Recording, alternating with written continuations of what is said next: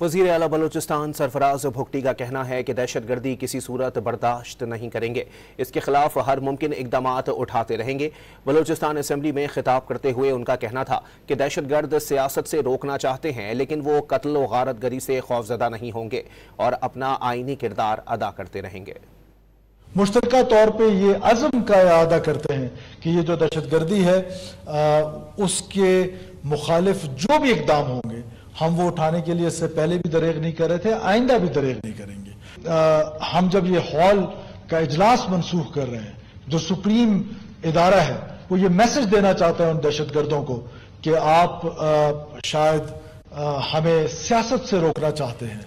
یا ہمیں parliamentary politics سے روکنا چاہتے ہیں یا ہمارے فاضل ممبران کو روکنا چاہتے ہیں۔ ہم کسی صورت جو پاکستان کا کانسٹیٹیوشن ہے اس کے اندر رہتے ہوئے نہ اپنی پالیٹکس ترک کریں گے، نہ اس قتل و غارت سے مرعوب ہوں گے، نہ اس قتل و غارت سے خوفزدہ ہوں گے، نہ اس قتل و غارت سے اپنا جو کانسٹیٹیوشن رول ہے اس سے 1 انچ پیچھے ہٹیں گے۔